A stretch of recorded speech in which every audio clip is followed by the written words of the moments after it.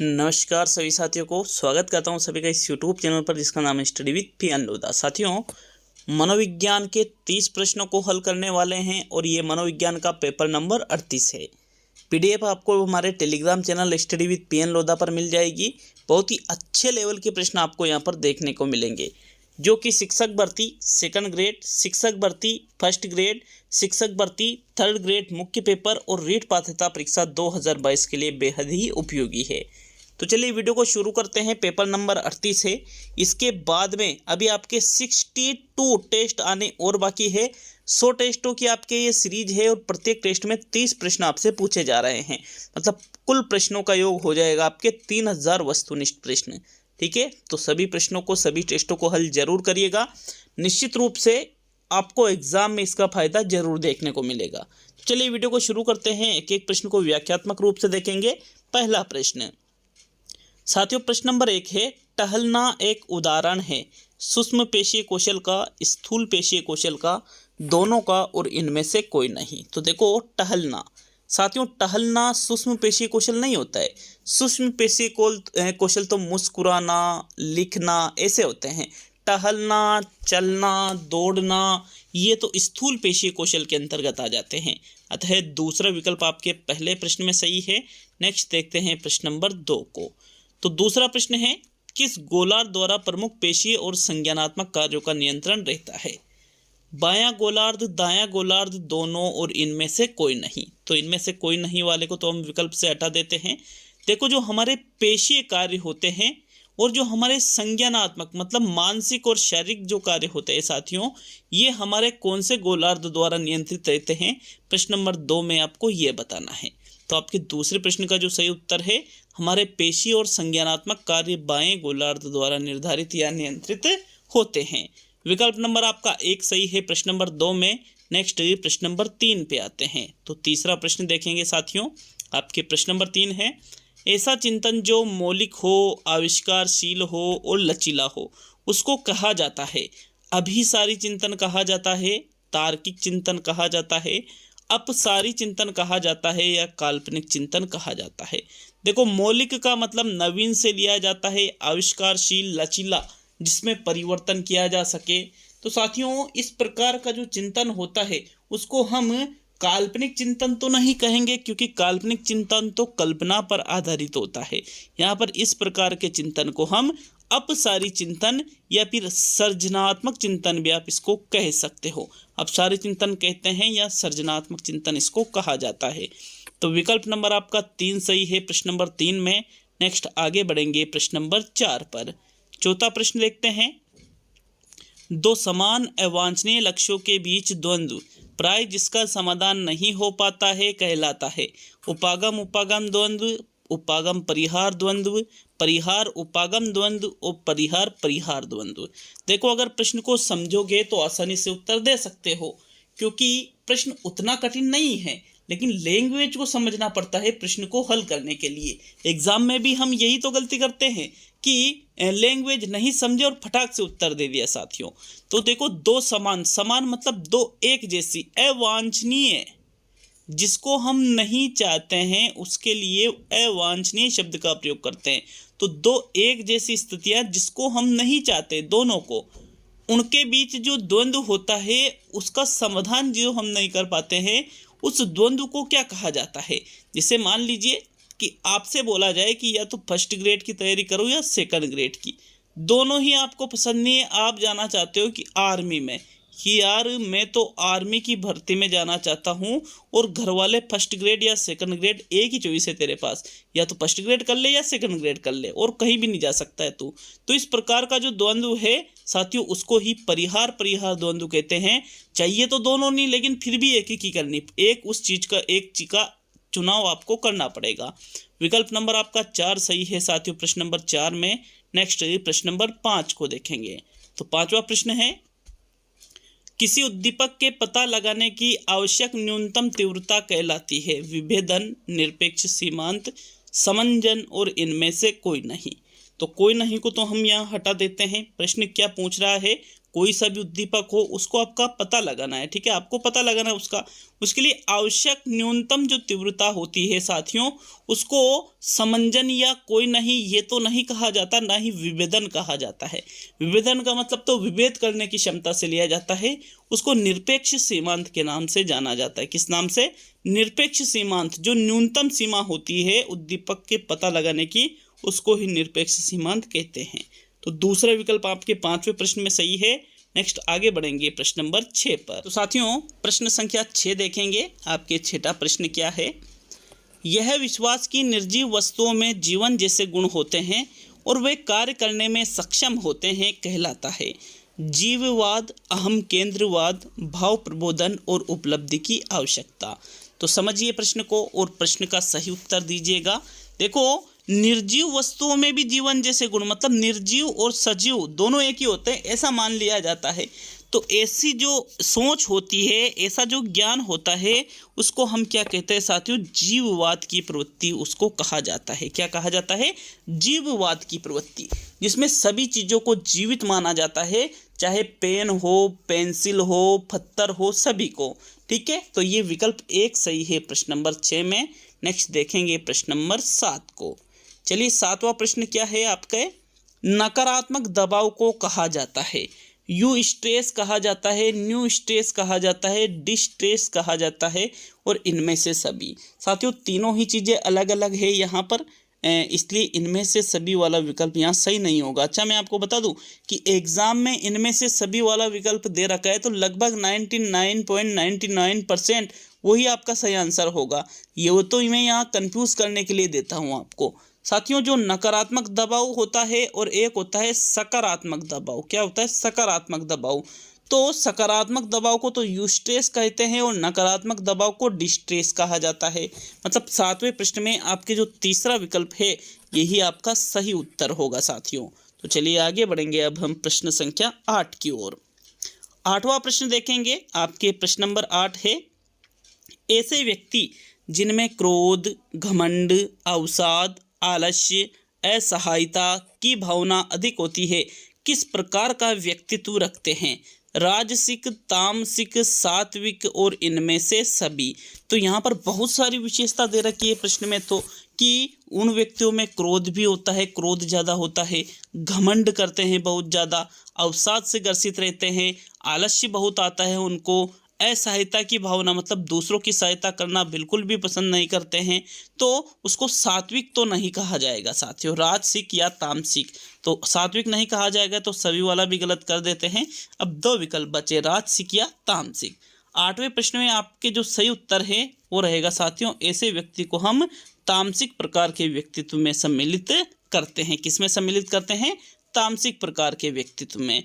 विकल्प नंबर आपका 2 सही है प्रश्न नंबर 8 में। देखो, चैनल पर नए हो तो चैनल को सब्सक्राइब करके बेल आइकन जरूर दबाइए ताकि हमें मोटिवेशन मिल सके साथियों। चलिए 9वां प्रश्न देख लेते हैं। हेंज दुविधा किस सिद्धांत से संबंधित है? पियाजे के संज्ञानात्मक सिद्धांत से संबंधित है, फ्रायड के मनोलैंगिक विकास सिद्धांत से संबंधित है, कोहलबर्ग के नैतिक विकास से संबंधित है, या बंडूरा के निरीक्षणात्मक सिद्धांत से संबंधित है? तो बताओ प्रश्न नंबर 9 में कौन सा विकल्प आपका सही रहेगा?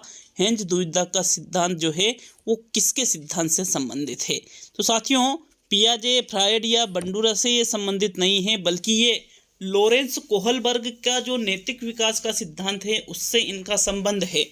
हेंज दुविधा सिद्धांत में क्या होता है साथियों कि हेंज नामक एक व्यक्ति होता है जिसकी पत्नी बीमार होती है। अब उस बीमार पत्नी के लिए एक दवाई की ज़रूरत पड़ती है और वो दवाई महंगी आती है। महंगी आने के कारण उसके पास उतने पैसे नहीं होते कि उस दवाई को वो खरीद सके। फिर वो सोचता है कि क्यों ना मैं उस दवाई को चुरा लूँ, लेकिन चुराऊँगा दवाई तो फिर क्या होगा, मुझे पुलिस पकड़ के ले जाएगी। मतलब वो दुविधा में पड़ जाता है। ऐसी इसकी एक स्टोरी है। तो ये है हेंज दुविधा का सिद्धांत, जो कि कोहलबर्ग के नैतिक विकास से संबंधित है। तो तीसरा ही विकल्प आपके प्रश्न नंबर 9 में सही है। नेक्स्ट आगे बढ़ेंगे साथियों प्रश्न नंबर 10 पर। 10वां प्रश्न देखते हैं। निम्न में से कौन सा दबाव के कारण होने वाला सांवेगिक प्रभाव है? जी घबराना, बुखार होना, मन में डर होना और धूम्रपान करना। देखो दबाव हमारे ऊपर आता है तो धूम्रपान करना ये सामूहिक प्रभाव नहीं होता, ये तो आदत हो सकती है। फिर बुखार आना भी सामूहिक प्रभाव नहीं है साथियों। जी घबराना और मन में डर होना तो सामूहिक प्रभाव दोनों में से है, मन में डर उत्पन्न होना जब हमारे ऊपर कोई दबाव आता है। इसलिए थर्ड विकल्प आपके प्रश्न संख्या 10 में सही है। नेक्स्ट आगे बढ़ेंगे प्रश्न नंबर 11 पर। तो आपके 11वां प्रश्न देखते हैं। प्रश्न संख्या 11 है, बुद्धि के संबंध में कौन सा कथन असत्य है? बुद्धि कई क्षमताओं का योग है। बुद्धि की मदद से व्यक्ति उद्देश्यपूर्ण कार्य करता है। बुद्धि की मदद से व्यक्ति विवेकशील एवं अमूर्त चिंतन करता है। और जिस व्यक्ति में जितनी अधिक बुद्धि होगी उसे वातावरण में समायोजन करने में उतनी ही अधिक कठिनाई होगी।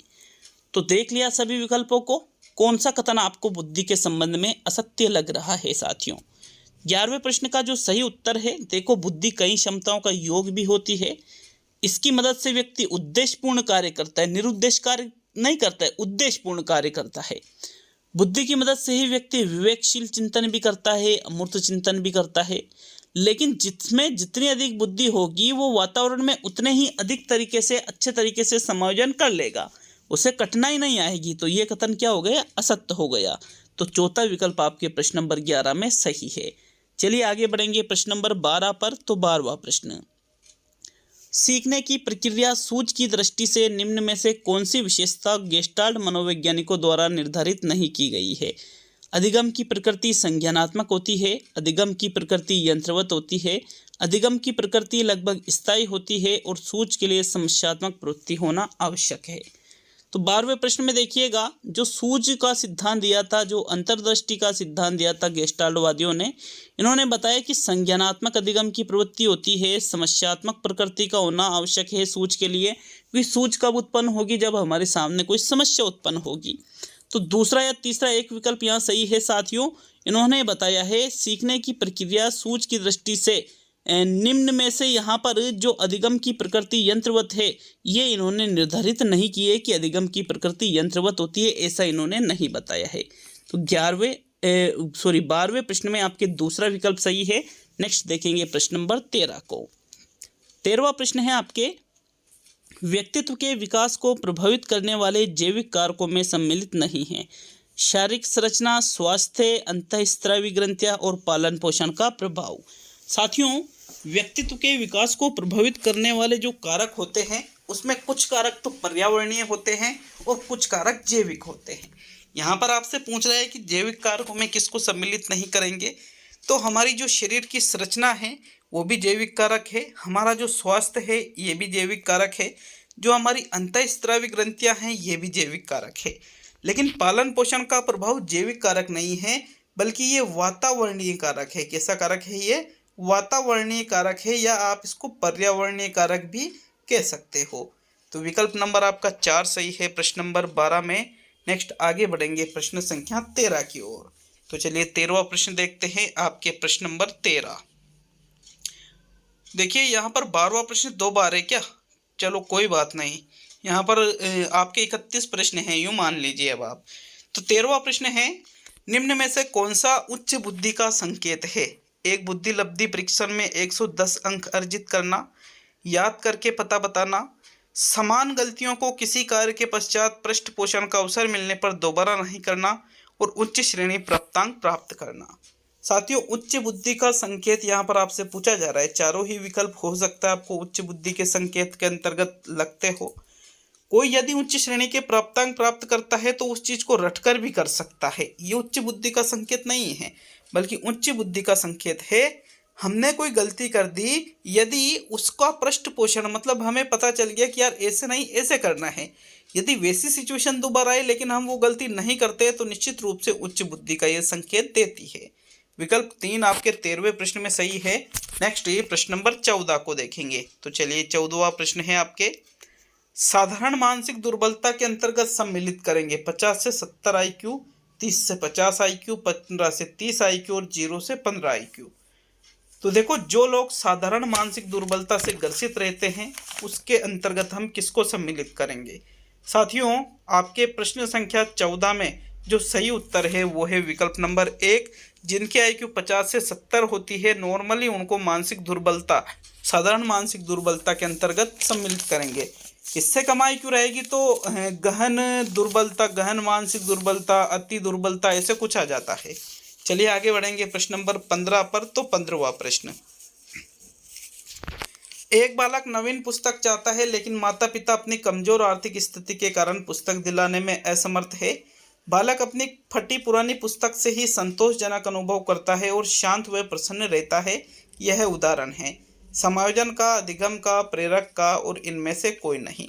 बालक के मन में तो इच्छा है कि भाई यार मैं नई किताब लूं, लेकिन माता पिता की आर्थिक स्थिति सही नहीं है और वो फटी पुरानी से ही किताब से काम चला रहा है। तो ये क्या कर रहा है बालक, यहाँ पर समायोजन कर रहा है। क्या कर रहा है, स्थिति के साथ समायोजन कर रहा है वो। विकल्प एक आपके 15वें प्रश्न में सही है। नेक्स्ट प्रश्न नंबर 16 पे आते हैं। तो चलिए 16वां प्रश्न देखेंगे साथियों। आपके प्रश्न नंबर 16, बुद्धि के सिद्धांतों में पिंडक का अर्थ है बुद्धि के द्वारा एक सामान्य एवं संगठित क्षमता से समाधान किया जाता है। बुद्धि में स्वतंत्र रूप से क्रियाशील होने वाली बहुत सारी पृथक मानसिक क्षमताएं सम्मिलित होती है। दोनों सही है और इनमें से कोई नहीं। तो इनमें से कोई नहीं वाला विकल्प तो आप हटा दीजिए। देखिए जो पिंडक का जो सिद्धांत, बुद्धि के सिद्धांतों में जो पिंडक वाला जो सिद्धांत है, ये कहता है कि बुद्धि संगठित क्षमता का योग है। कैसा योग है, संगठित क्षमता का। सारी शक्तियां इकट्ठी होकर समस्या का समाधान करती है, ये होता है पिंडक सिद्धांत। और एक होता है विभाजक सिद्धांत। इसमें क्या कहता है कि बुद्धि में बहुत सारी पृथक मानसिक क्षमताएं होती है साथियों। विकल्प एक आपके प्रश्न नंबर 16 में सही है। नेक्स्ट आगे बढ़ेंगे प्रश्न संख्या 17 की ओर। तो चलिए 17वां प्रश्न देखते हैं। आपके प्रश्न नंबर 17 क्या पूछ रहा है आपसे, देखना, सिर उठाना, बैठना तथा चलना किस प्रकार के सीखने का उदाहरण है।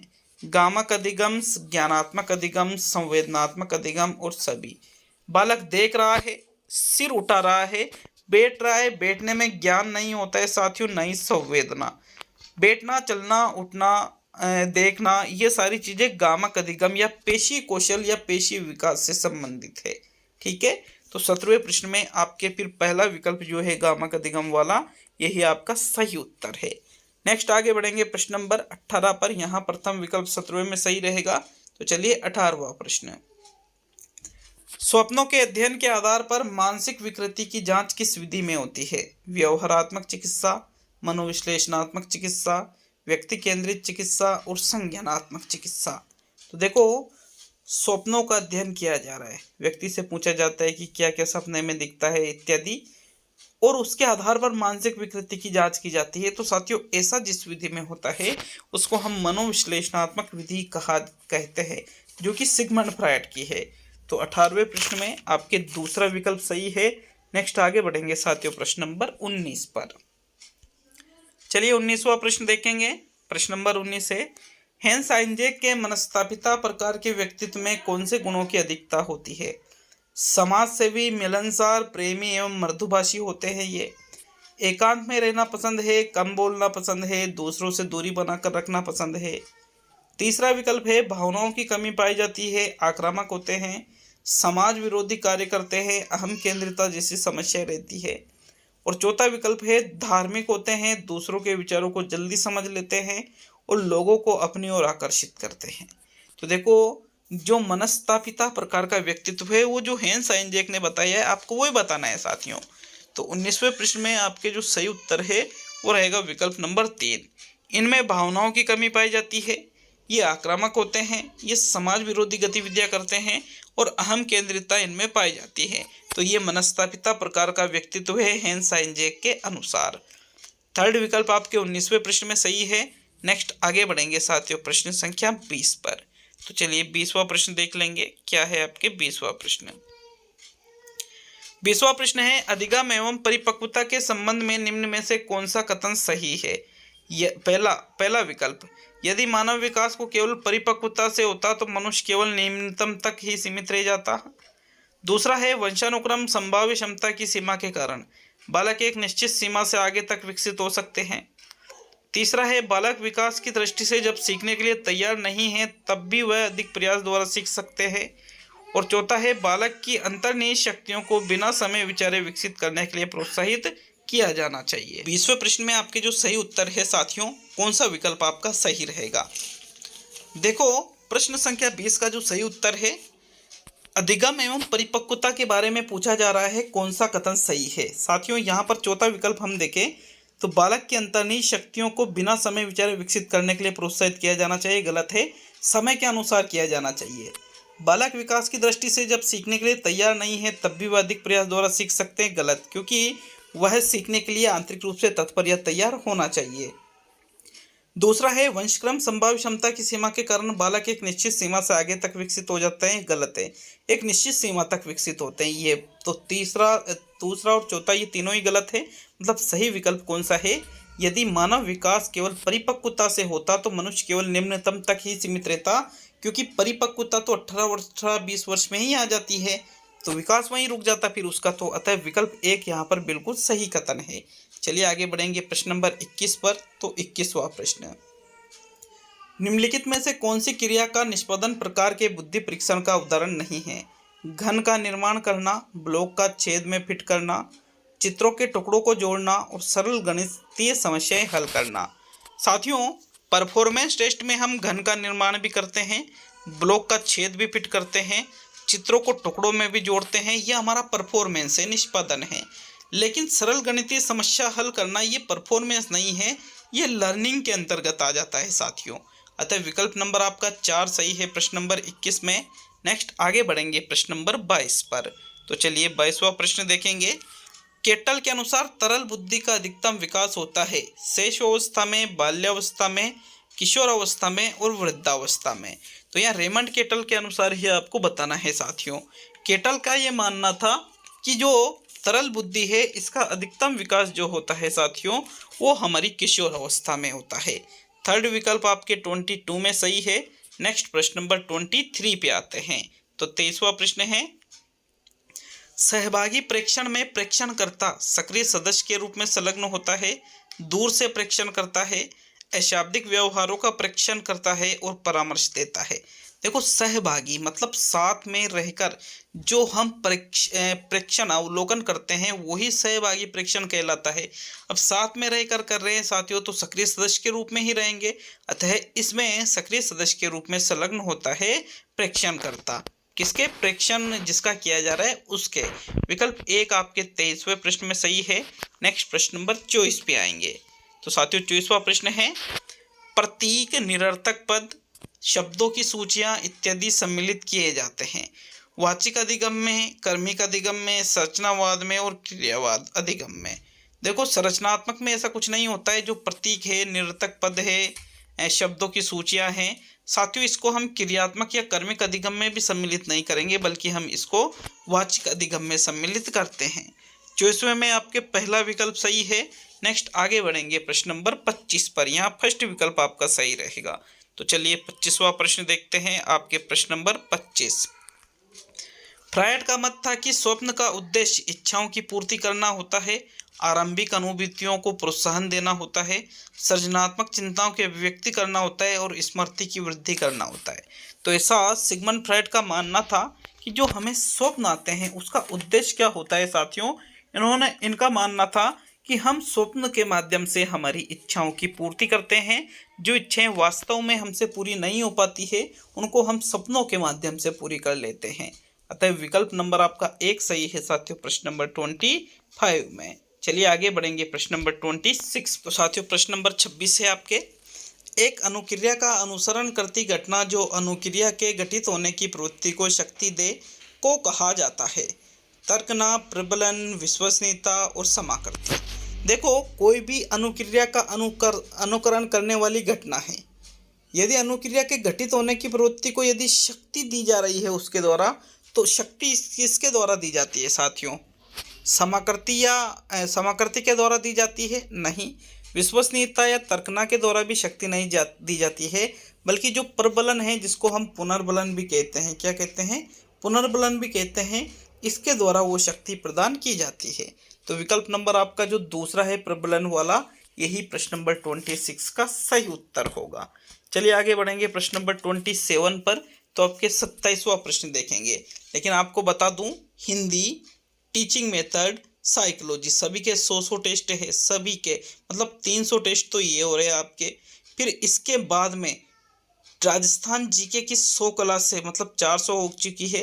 राजस्थान जीके के 100 टेस्ट मतलब 500 क्लासें आपको इस भर्ती से पहले मिल जाएगी साथियों। 500 क्लासें होती कितनी है, थोड़ा सोच करके देखो आप थोड़ा सा एक बार। चलिए आगे बढ़ेंगे प्रश्न नंबर 27 पर। तो 27वां प्रश्न, किस अवस्था में आक्रामक व धारणात्मक व्यक्तित्व विकसित होता है? मुखावस्था में, गुदावस्था में, लैंगिक अवस्था में और अव्यक्ता अवस्था में। तो देखो, जो हमारी आक्रामकता है और जो धारणात्मकता है, इसका विकास जिस अवस्था में होता है साथियों, उसको मुख्य अवस्था नहीं कहा जाता है, बल्कि उसको गुदी अवस्था कहा जाता है। क्या कहा जाता है उसको? गुदी अवस्था, जिसमें बालक को मलमूत्र का त्याग करने में भी आनंद की प्राप्ति होती है। तो दूसरा विकल्प आपके 27 में सही है साथियों। नेक्स्ट आगे बढ़ेंगे प्रश्न नंबर 28 पर। 28वां प्रश्न देख लेते हैं आपके प्रश्न नंबर 28।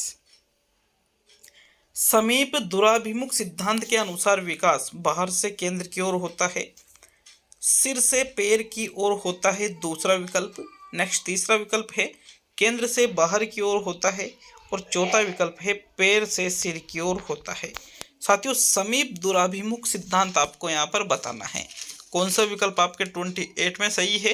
तो इसका सही आंसर है साथियों 28वें प्रश्न का, समीप दुराभिमुख सिद्धांत के अनुसार विकास केंद्र से बाहर की ओर होता है। ये भी मोस्ट इंपोर्टेंट क्वेश्चन है साथियों। चलिए आगे बढ़ेंगे आज के सेकंड लास्ट मतलब 29वें प्रश्न पर।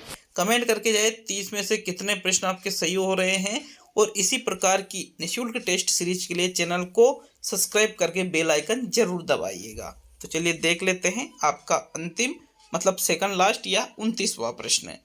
क्या है 29वां प्रश्न? जीन पियाजे के अनुसार वह अवस्था जिसमें बच्चे संसार को शब्दों, प्रतिमाओं और रेखांकन से प्रस्तुत करते हैं किंतु तार्किक रूप से संक्रिया नहीं कर पाते हैं, कौन सी है? पूर्व संक्रियात्मक अवस्था, संवेदी प्रेरक अवस्था, अमूर्त संक्रियात्मक अवस्था और औपचारिक संक्रियात्मक अवस्था। साथियों, जीन पियाजे के अनुसार आपको यहाँ पर बताना है बालक क्या कर रहा है, संसार को शब्दों, प्रतिमाओं और रेखांकन से प्रस्तुत करने की कोशिश कर रहा है, लेकिन तार्किक रूप से संक्रिया नहीं कर पा रहा है। तो औपचारिक में तो तार्किक रूप से संक्रिया हो जाती है, और संवेदी में ऐसा कुछ होता नहीं है। तो आपके एक तो पूर्व संक्रियात्मक अवस्था और एक मूर्त संक्रियात्मक अवस्था बची है।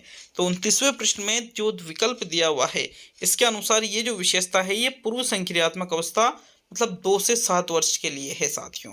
विकल्प एक आपके 29वें प्रश्न में सही है। अब आज का अंतिम और 30वां प्रश्न देख लेते हैं। तो चलिए देखते हैं प्रश्न नंबर 30 को। ऐसा अधिगम जिसमें ऐच्छिक अनुक्रियाएं उनके परिणामों द्वारा नियंत्रित रहती है, कौन सा सिद्धांत है? प्राचीन अनुबंधन का सिद्धांत, क्रिया प्रसूत अनुबंधन का सिद्धांत, गेस्टाल्टवाद का सिद्धांत और प्रयास व त्रुटि का सिद्धांत। देखो, जिस अधिगम में ऐच्छिक अनुक्रियाएं उसके परिणामों द्वारा नियंत्रित हो रही है, मतलब हम जो ऐच्छिक हमारी खुद की इच्छा से अनुक्रिया तो कर रहे हैं, लेकिन वो अनुक्रिया हम किसके आधार पर कर रहे हैं, उसके बाद में जो हमें परिणाम मिल रहा है उसके आधार पर। तो साथियों, ऐसा प्राचीन गेस्टाल्ट या प्रयास व त्रुटि में नहीं होता है, बल्कि ऐसा क्रिया प्रसूत अनुबंधन के सिद्धांत में होता है कि पहले कुत्ते ने लीवर को दबाया तो भोजन मिल गया, लेकिन वापस जब तक लीवर को नहीं दबाएगा भोजन नहीं मिलेगा। तो यहाँ ऐसा क्रिया प्रसूत अनुबंधन के सिद्धांत में होता है। विकल्प 2 आपके 30वें प्रश्न में सही है। अब ये आज का टेस्ट भी पूरा हुआ। मिलते हैं अगले वीडियो में। बहुत बहुत धन्यवाद वीडियो को पूरा देखने के लिए।